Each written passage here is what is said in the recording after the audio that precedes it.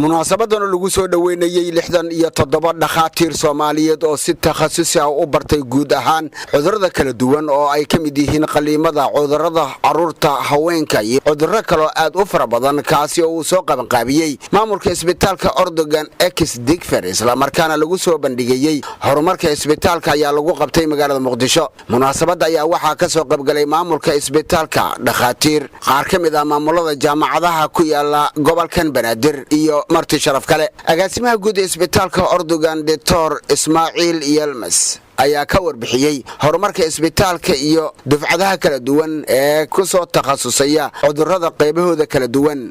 Hepinizin modern tıbbın gerektirdiği şekilde en iyi mesleğindeki en iyi donanıma sahip bireyler olarak mezun olacağınızın garantisini leeyahay professorka şekilde eğitim alacağınız. Yani wuxuu leeyahay professorka waxaa anaga mar walba aniga ballan qaada inaad idin siino waxbarasho oo modern ah oo casri ah. agaasimo ku xigeenka isbitaalka Digfer Dr. Ahmed Ibrahim Nageya ayaa ku guubaabiyay dhakhaatiirta Soomaaliyeed inay kordhiyaan aqoontooda dhinaca caafimaadka.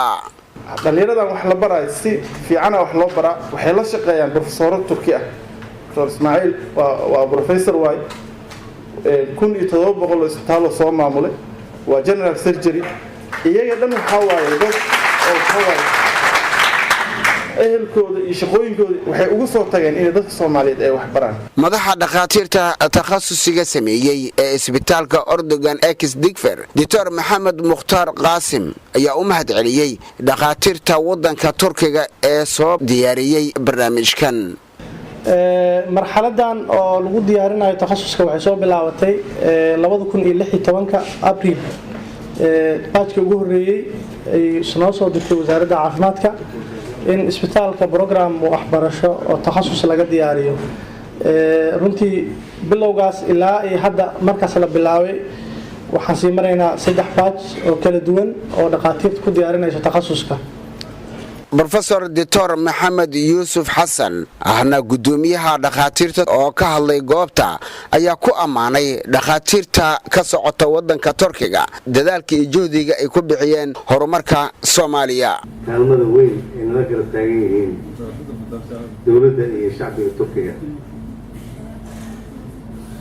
aniga isbitaalkan imigi wax ka bilaaban ku jiray gurubkii oo boorka ku jiray wax ka bilaabay 14 ilaa 17 Oktoobar ka mid ahay marxalad badan oo soo maray. Muuse Cismaan Abtow, telefishinka qaranka Soomaaliyeed, Muqdisho.